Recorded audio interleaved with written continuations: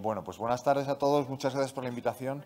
La verdad es que es la segunda vez que participo en un evento de estas características, o sea que los organizadores corren un riesgo de reincidentes, porque evidentemente no soy un especialista en la materia, pero es verdad que he ido participando de alguna manera en los últimos años en este tema, y lo que voy a tratar de explicar es cuál es el contexto comunicacional y cuáles son las herramientas, en mi opinión, que permiten abordar la creación de un clima favorable a estas formas de capitalización en general en el mundo, ¿no? Voy a empezar a hablar de la comunicación en tiempos de incertidumbre, en la que de alguna manera la comunicación pública se ha convertido en comunicación de crisis. Y la comunicación de crisis, que era algo que se ceñía a un momento puntual, en unas circunstancias determinadas, hoy en día se ha convertido en la comunicación ordinaria. Y de alguna manera las características propias de la comunicación de crisis, que son muy específicas y muy especiales para un momento concreto, hoy se extienden al ejercicio ordinario de la comunicación. Y eso tiene una trascendencia importante en nuestras estrategias de comunicación. En segundo lugar, voy a hablar de cómo surgen nuevos interlocutores y nuevos valores que son esenciales a la hora de plantear nuestra comunicación y el trabajo público, por decirlo de alguna manera, o el trabajo de cara a la sociedad y de cara a los gobiernos desde nuestra perspectiva. En tercer lugar, cuál debería ser el contenido de esa comunicación, haciendo una distinción entre datos, narrativas y gestión, que está absolutamente vinculado a los dos elementos anteriores, y algunas, no me gusta hablar de recetas, pero algunas pistas que podrían servir para recuperar la confianza dentro de tres ejes claros: el social, el político y el mediático, ¿no? Entonces, desde esa perspectiva, lo primero que tenemos que entender es que vivimos en un momento en el que toda la comunicación es comunicación de crisis. ¿Y por qué? Pues básicamente porque vivimos en un mundo que se retransmite en streaming. Durante mucho tiempo los tiempos informativos se ceñían al periódico del día siguiente, se decía, luego al telediario de la noche o del mediodía siguiente. Hoy en día vemos como cualquier evento se retransmite en streaming y se sigue informativamente en streaming, y vemos cosas absolutamente, en mi opinión, dramáticas, pero que si pudiéramos separarnos de ellas nos harían hasta gracia, como cuando se están haciendo coberturas en directo de acontecimientos o de tragedias naturales donde el número de muertos va bailando. Al final son 3, no, parece que son 5. Ha bajado a 2 en tiempo real. ¿Por qué? Porque no hay filtros informativos y como todo se retransmite sin una certeza real, y esto nos afecta a cualquier cobertura de cualquier evento informativo, aunque no sea una tragedia natural.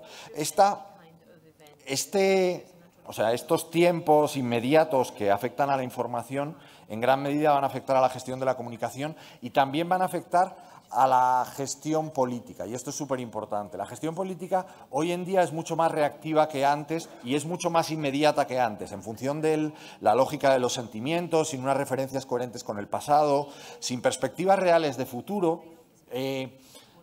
La política se contagia, en mi opinión, del inmediatismo de la comunicación y, en alguna manera, empieza a tomar sus decisiones en tiempo real en función de sentimientos. En función de sentimientos donde, como veremos después, hay una fuerte carga emocional, donde hay un victimismo muy fuerte, donde los derechos se traducen en sentimientos y no al revés. Y, de alguna manera, y en determinados temas donde las víctimas son como mucho más fáciles de localizar o de señalar, por decirlo de alguna manera, o de crear incluso, esto es especialmente visible y especialmente grave. Esto se produce además en un contexto como el del COVID, del que se ha venido hablando en las sesiones anteriores, que ha generado una enorme presión social y mediática, y amenazas que ya existían en el entorno social y en el entorno político se han visto especialmente potenciadas y expuestas por la crisis mundial. Y ha habido una correlación que a veces es difícil de justificar, pero que se ha visto de una forma clara y no vale la pena negarla ni tratar de razonarla, en la que, de alguna manera, a la crisis que ha provocado el COVID se ha planteado como solución, en determinados casos, el cambio de modelo o la devolución de una parte de los ahorros que estaban.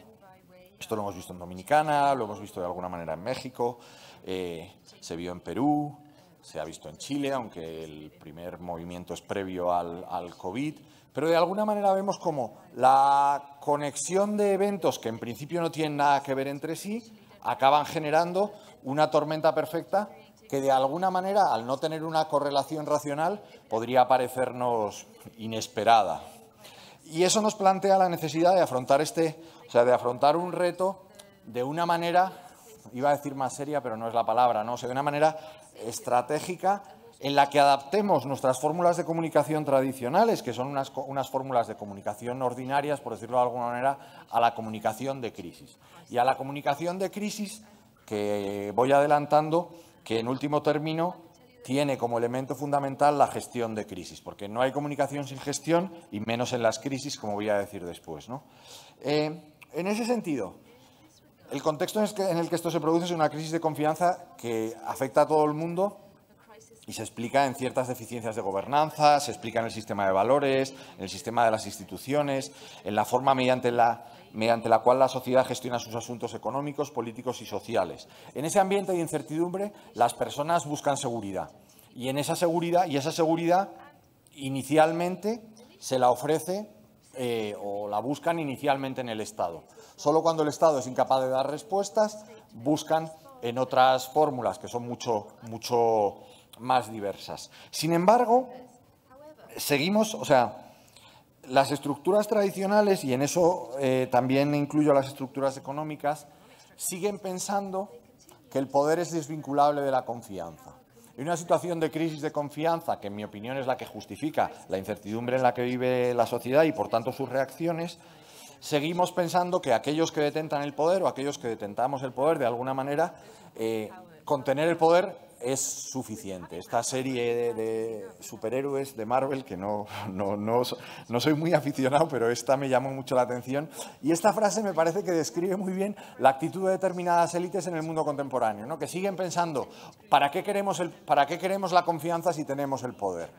Solo cuando perdemos el poder tratamos de generar confianza. No sé si me explico. Cuando hoy en día, en mi opinión, las nuevas reglas del poder, y esto lo explica bien Naín, lo explica Nicomel en sus libros más o menos recientes, cuando hablan del fin del poder, cuando hablan del final de lo grande, en cierta manera de lo que están hablando es del cambio de las reglas de poder.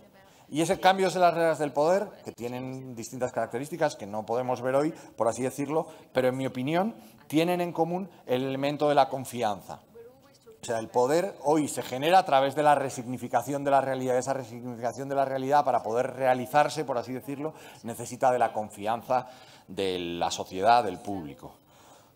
En ese sentido nos encontramos, en primer lugar, que hay una serie de actores que normalmente no eran necesarios para el trabajo ordinario de las organizaciones, incluidas las nuestras, por decirlo de alguna manera, que empiezan a ser imprescindibles para desempeñar su papel.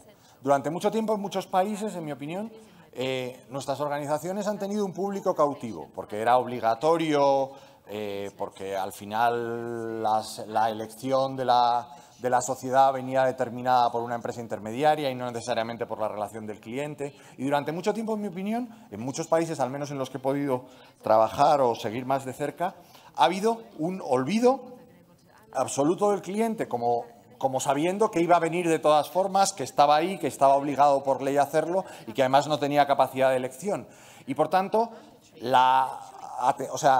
el poner al cliente en el medio, por decirlo de alguna manera, el servicio al cliente se centraba más en la eficacia, más que en el cuidado, en la atención, en la comunicación. Y desde un punto de vista normativo, nos sentíamos seguros en un contexto normativo favorable en el que solo teníamos un objetivo, que era que el Estado, el gobierno en cuestión y el Parlamento no cambiara las normas. Pensábamos que con controlar el poder político estábamos controlando el poder social, por decirlo de alguna manera, y que no necesitábamos trabajar sobre la base social, tanto desde un punto de vista de nuestros empleados, de nuestros clientes, como del resto de la sociedad y de su percepción, porque las normas solo las podían cambiar unos pocos. En el momento en que esto rompe de alguna manera y empezamos a ver cómo la sociedad tiene capacidad de modificar normas establecidas e incluso normas que están funcionando o contextos normativos que están funcionando de una manera razonable, la amenaza se hace más grande. O sea, hoy nuestro público objetivo de cara al marco normativo, deja de ser el Estado, el Gobierno y el Parlamento para convertirse en toda la sociedad. Y eso nos plantea ante un reto en el que, como digo, no estábamos acostumbrados, o muchos de nosotros o muchas de nuestras organizaciones no estaban acostumbradas. No estábamos acostumbrados a dar cuentas de nuestro trabajo al usuario, a dar cuentas de nuestro trabajo a la sociedad, a dar nuestras cuentas de nuestro trabajo al cliente. Nos bastaba, entre comillas, con dar cuentas al legislador o al Poder Ejecutivo. Entonces, el cambio en este poder social, por decirlo de alguna manera, se traduce en que no hay ningún actor que pueda alcanzar por sí solo sus objetivos. Y esto nos obliga a entrar en una lógica de alianzas en las que, en mi opinión, la sociedad, los clientes, los empleados empiezan a jugar un papel determinante, aunque nos pudiera parecer irrelevante. Las políticas públicas se convierten en redes variables de actores, en las que todos ellos pueden tener un papel desestabilizador, un papel que acabe modificando la situación o el marco, y donde es imprescindible tener todo eso en cuenta. Es cambiar nuestra forma de entender los asuntos públicos, que están vinculados directamente a la comunicación, para ampliarlos en una perspectiva mucho más estratégica y mucho más amplia. Sobre una base esencial que creo que está muy consolidada en la mente de la opinión pública, al menos inconscientemente, que es que el bien común es responsabilidad de todos. Ya no es solo responsabilidad de unos pocos que eran los que decidían cuál era el marco normativo. Desde esa perspectiva también se produce un cambio en los valores. Y estos valores, en mi opinión, son los que van a marcar la lógica de la comunicación. Valores como qué es la justicia o la injusticia. Valores sobre si el marco, como salía en la sesión anterior, es sobre acabar con la pobreza o disminuir la desigualdad. Son elementos que establecen marcos que acaban condicionando de una forma determinante nuestro posicionamiento social o el posicionamiento social de nuestras organizaciones. La efectividad versus la eficacia. La efectividad que se podría traducir, por decirlo de alguna manera, en una organización que ofrece promociones, beneficios, buenos resultados, mejores tecnológicas, facilidades de acceso a través de una aplicación, por decirlo de alguna manera, versus aquellos que se integran y que ofrecen, o dentro de su proyecto de organización, está la mejora de la sociedad. La necesidad de hacer las cosas bien y ser éticamente ejemplares, ¿no? En algunos de los países en los que he trabajado, pues hemos descubierto, como decía, con esa mentalidad de público cautivo, cómo las organizaciones, pues, no se preocupaban realmente de hacer bien su trabajo, de tener actualizadas sus bases de datos, se limitaban a cumplir la norma, sabiendo que cumpliendo la norma o pensando que cumpliendo la norma estaban blindados y sin entender que iban generando un malestar social que en un momento dado, cuando existía el viento favorable, por decirlo de alguna manera, en términos de reforma normativa, por poner un ejemplo, acababa estallando y acababa sacando a la luz un malestar que inicialmente no se veía y en el que parte del protagonismo venía de personas que tenían una relación directa con la organización y que habían tenido relación directa con la organización durante muchos años y nunca había recibido información de la misma. Y en ese sentido podemos encontrarnos, o se podrían encontrar varias cosas, ¿no? La orientación al bien común, a los más vulnerables.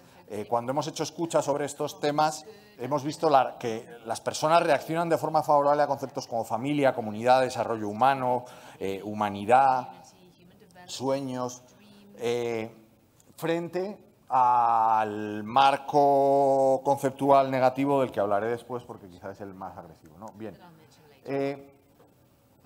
Cuando uno revisa el marco, como decía, conceptual narrativo sobre el que se construyen los ataques sociales, uno puede pensar que es tan exagerado, tan desproporcionado, tan alejado de la realidad, que es mejor no tenerlo en cuenta. Pero no hay nada peor, decía Ortega, que una realidad que prepara su propia venganza, porque las personas actúan en función de sus percepciones, no en función de sus realidades. Y si las personas construyen un marco en el que su visión de las organizaciones está basado en estos conceptos y son de los que hablan normalmente cuando podemos escucharles en las redes, por decirlo de alguna manera, se acaba construyendo un marco donde el bien común se opone a la propiedad privada, y esto es un elemento absolutamente nocivo desde una perspectiva de construir una narrativa favorable, donde hay una distinción, como estamos viendo en Colombia en la pre-campaña electoral brutal entre grandes y pequeñas empresas, para tratar de establecer una distinción en la que unos se convierten en los enemigos de la sociedad, en los enemigos del pueblo,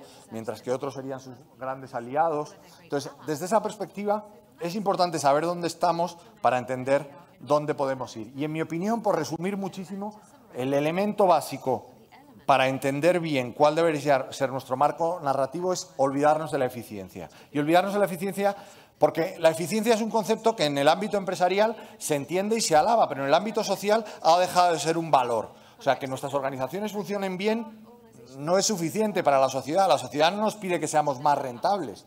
La sociedad no nos pide ni siquiera que estemos garantizando sus ahorros para el futuro, aunque pueda parecer contradictorio. La sociedad nos pide que estemos integrados de una manera solidaria, por decirlo de alguna manera, dentro del contexto social actual y que seamos capaces de dar respuesta, y esas son las respuestas en las que creo que tenemos que trabajar más allá de, o sea, para no caer en las respuestas fáciles y, en mi opinión, y me imagino que en la de muchos de ustedes, suicidas, como puede ser pues la retirada de unos fondos específicos en un momento concreto. En ese sentido, a olvidarnos de la eficiencia, entendiendo que es fríamente calculadora e inhumana, y pasar a situar nuestro marco narrativo en algo más, ¿no? Y en algo más que de alguna manera además está consolidado, o sea, está muy consolidado cuando hablamos de capitalismo compasivo, de la ética de los cuidados, que es una etiqueta que el Papa Francisco utiliza con muchísima frecuencia. De alguna manera estamos dando respuestas, en mi opinión, estamos dando respuestas narrativas que no tienen que cambiar necesariamente nuestra forma de actuar, simplemente nuestro posicionamiento comunicacional.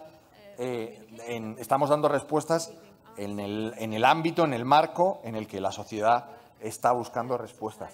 Entendiendo, y esto sería el final de la eficiencia, que como dice Aguilar Camín, que es un novelista mexicano, que a mí me parece que es de los que mejor entiende la realidad política latinoamericana, no solo mexicana, que no basta acertar, la razón es menos de la mitad de las cosas y tener razón ni una cuarta parte. O sea, muchas veces estamos escondidos, protegidos en el hecho de que tenemos razón, o sea, de que nuestro mecanismo es el más eficiente, es el más eficaz, y con eso pensamos que tendría que ser suficiente para que cualquiera lo abrazara, y no solo lo abrazara, sino que lo defendiera en primera persona y saliera a la calle para defender nuestro sistema. Y no nos damos cuenta que el marco en el que esto se está desarrollando no tiene nada que ver ni con la eficiencia, ni con que nuestro sistema sea el mejor.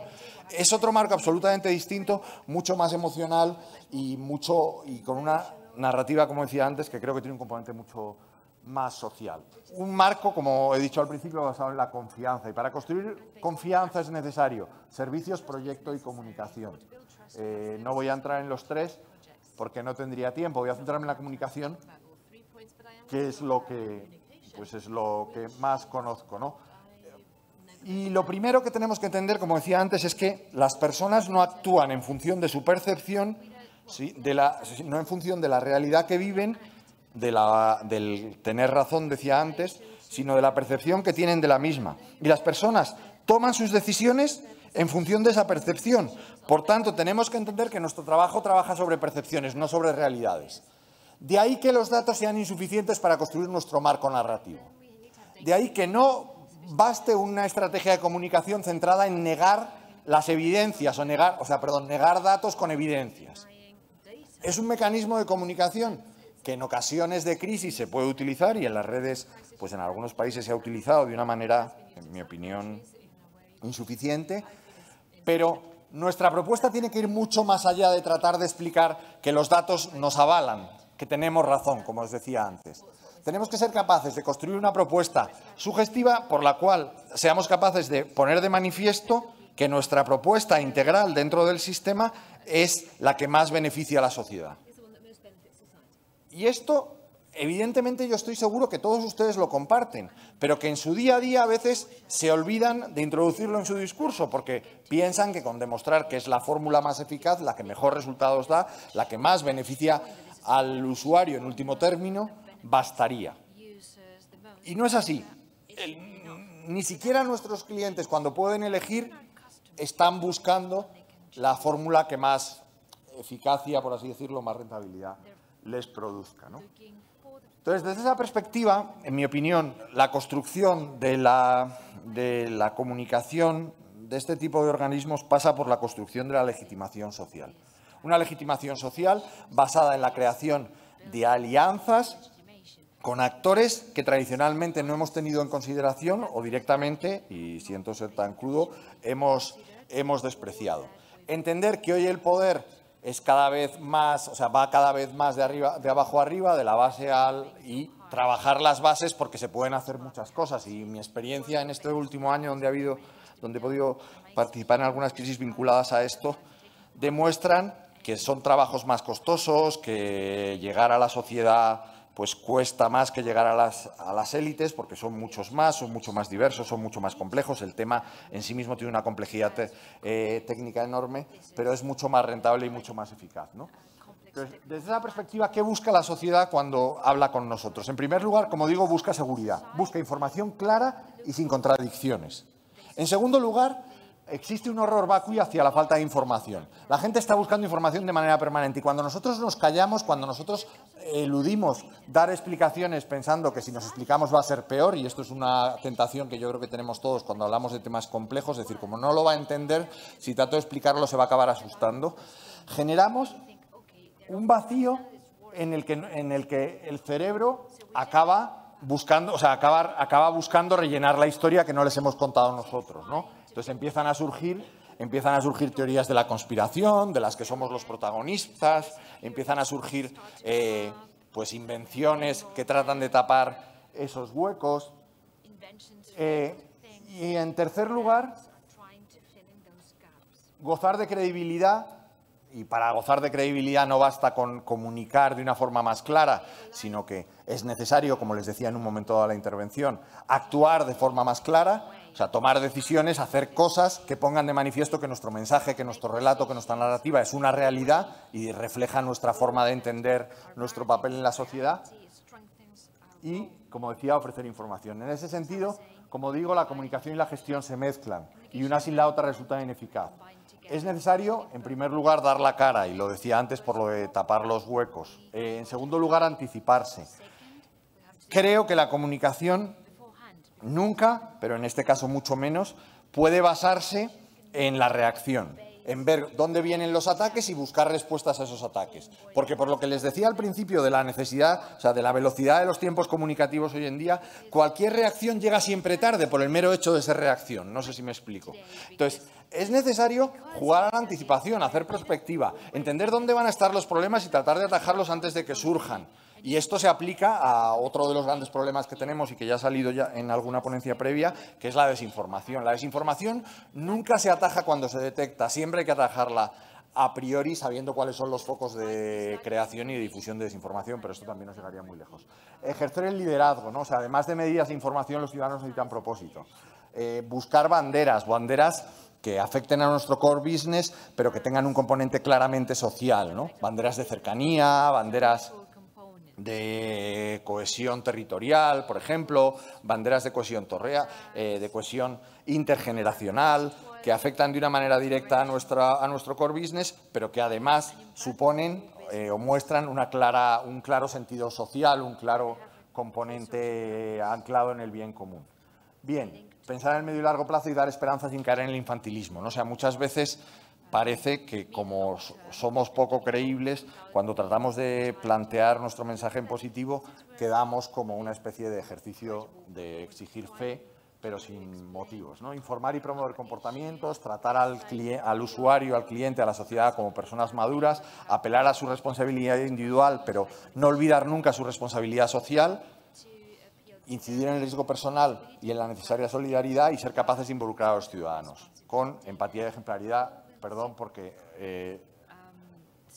intentando crear cultura social. Y esto yo creo que es el gran reto, ¿no? O sea, el gran reto no es acapear determinadas crisis en momentos concretos, sino tratar de influir en la cultura social y entrar en ese contexto de una manera natural. En un momento en el que informativamente tenemos, como decía al principio, una serie de problemas donde el usuario busca la satisfacción inmediata, lo quiere todo y lo quiere ahora, donde las cosas, o sea, donde no hay perspectiva de futuro, donde cuando no hay una explicación y no hay una información se plantean grandes teorías de la conspiración, y es en ese contexto propicio a la desinformación, propicio a las fake news, de las que muchas veces nuestras organizaciones acaban siendo víctimas, en las que tenemos que plantear nuestra comunicación que tiene que estar basada en la emoción, tiene que estar basada en la lógica y, en último término, tiene que estar basada en la racionalidad. Y acabo en 3 minutos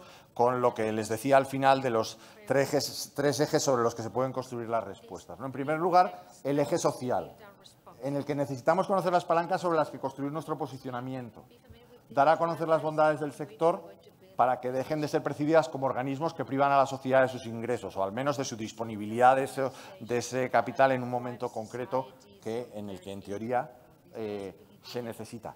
En ese sentido, lo primero que tenemos que hacer es partir de la realidad. O sea, muchas veces somos nosotros mismos los primeros que nos creemos las teorías de las conspiraciones, pero en este caso contra nosotros mismos. Y no pensamos que haya nadie en la sociedad que de manera espontánea pueda tener una visión negativa de nosotros, cuando la realidad es que las olas que se han construido en la opinión pública, muchas de ellas han venido dirigidas inicialmente, pero en un segundo plano han acabado calando en la sociedad porque han manejado mecanismos, lenguajes, narrativas que tenían una buena respuesta social y que, por tanto, han acabado resultando creíbles. Entonces, no vale, en mi opinión, escudarnos en que, como no es verdad lo que están diciendo, pues hay que seguir insistiendo. Hay que tratar de dar respuesta a esos ataques porque, insisto, aunque sean falsos, en cuanto calan en la sociedad, no son necesariamente orquestados o llega un momento que dejan de ser orquestados. Y en ese sentido, como decía, tenemos que ser muy conscientes de nuestras limitaciones y de nuestros errores y de nuestros fallos, porque es la única forma de dar respuesta a algunos de los elementos en los que se levantan los ataques. Cuando se construyen este tipo de campañas de ataque, muchas veces se construyen sobre pequeñas realidades verdaderas sacadas de contexto, no sobre mentiras, no sobre mentiras. Entonces, cuando nos damos cuenta de que las campañas de ataque, por decirlo de alguna manera, están basadas en realidades sacadas de contexto, podemos permitirnos tratar de afrontar esas realidades, tratarles de dar respuesta. Les cuento un ejemplo muy reciente, ¿no? O sea, en uno de los países en los que trabajamos, los clientes de una empresa, cuando fallecían, los familiares no recibían ningún tipo de información sobre el tipo de servicios a los que se tenía derecho en función de la cotización previa, ¿no? Y eso era así, estaba consolidado, la ley lo permitía y ninguna de las 7 o 8 empresas que trabajan en ese país habían hecho nada por tratar de dar respuesta a familias que se habían quedado en una situación en la que simplemente no recibían información y además no tenían forma de saber en qué sociedad había estado cotizando su difunto, por decirlo de alguna manera. Eso podríamos decir, es un problema menor, pero realmente tuvo unas repercusiones sociales brutales, porque en el momento en el que se conoce tiene todos los ingredientes para construir una noticia negativa que nos afecta. Es una cosa que, en mi opinión, si hacía mal, tendría todos los motivos del mundo y que tenía en sí mismo la semilla de la destrucción, por decirlo de alguna manera, de la destrucción de la reputación de este tipo de organizaciones. Y es solo un ejemplo. En ese sentido, detectar las injusticias y dar respuesta es mucho más eficaz que buscar soluciones atractivas a corto plazo que son meramente propagandísticas. En ese sentido, los mensajes a las críticas, en mi opinión, tienen que ir con que este tipo de soluciones son injustas, son parciales y excluyentes, son efímeras, provocarían una tormenta financiera, son difíciles de realizar. De esto saben ustedes mucho más que yo. Eran solo algunos ejemplos, pero para que vean cuál sería el marco. Y en ese sentido, muchas veces distinguir entre el modelo y la práctica, ¿no? O sea, que el modelo puede ser perfecto, pero muchas veces puede practicarse mal, como les decía antes. Estos mensajes del marco social afectan a lo mediático y afectan a lo político. En lo mediático de manera natural y en lo político, porque en el fondo lo político, por mucho que nos guste disfrazarlo, no deja de ser una fuerza que va al arrastre de lo social, especialmente en este tipo de olas que en un momento dado se hacen imparables.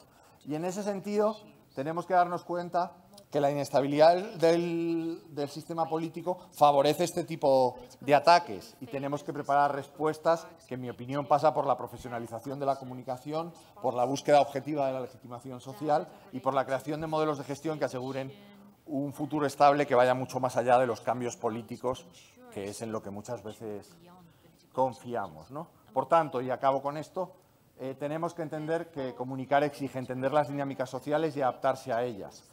Para poder ser escuchados y conseguir los objetivos, necesitamos partir de donde está la sociedad, no partir de la realidad, no partir de donde estamos nosotros o donde nos gustaría estar. Solo bajando hasta donde está la sociedad será posible transformar la idea, la cultura que la sociedad tiene sobre nuestro asunto, insisto, un asunto que normalmente es complejo y técnico. Y desde esa perspectiva, solo desde esa perspectiva será posible ir cambiando la opinión pública y cambiando la cultura que existe en nuestros respectivos países sobre el problema, asumiendo que el escenario ha cambiado de una manera radical y que eso también, a pesar de lo negativo que ha podido ser en esta presentación, nos abre una puerta de oportunidades si somos capaces de entender las nuevas lógicas de la comunicación y adaptarnos a ellos. Perdón por haber sobrepasado el tiempo y muchísimas gracias.